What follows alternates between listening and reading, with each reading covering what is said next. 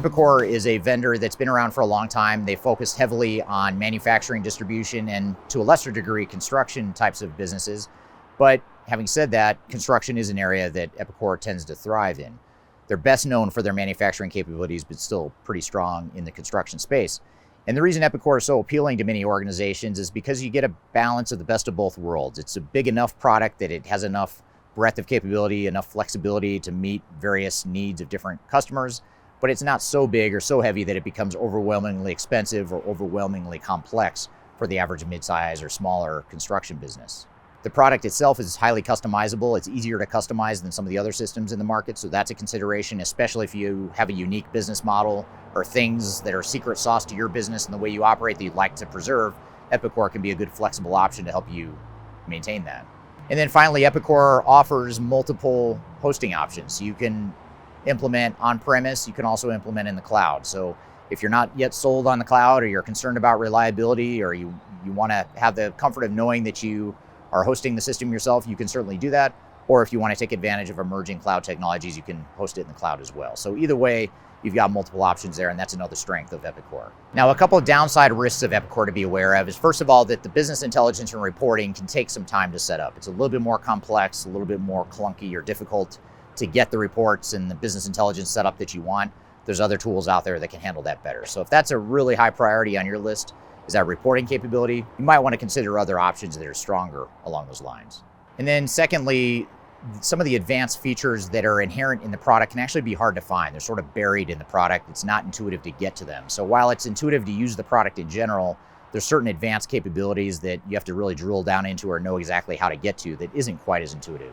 So be sure you understand how to manage that user interface and navigate some of those capabilities that you're looking for. And certainly when it comes time to implement, you want to make sure that you handle training very clearly and you handle change management very clearly to address some of those deficiencies in the product.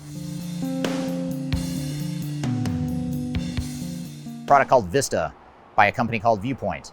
And Vista has been around for a long time. It's a very well-known product in the construction space, a lot of legacy customers.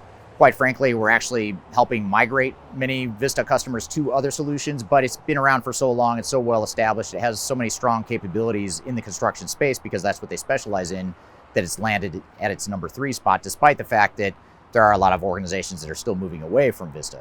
But having said that, let's look at the strengths of the product. I already mentioned that it's focused almost exclusively on construction, and it's got some strength in construction.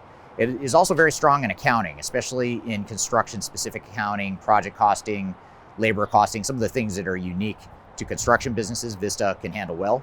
And it's pretty well known for its robust help center. So there's a lot of good online documentation, training documentation is fairly strong, a lot of good resources to draw from when you go to implement the product.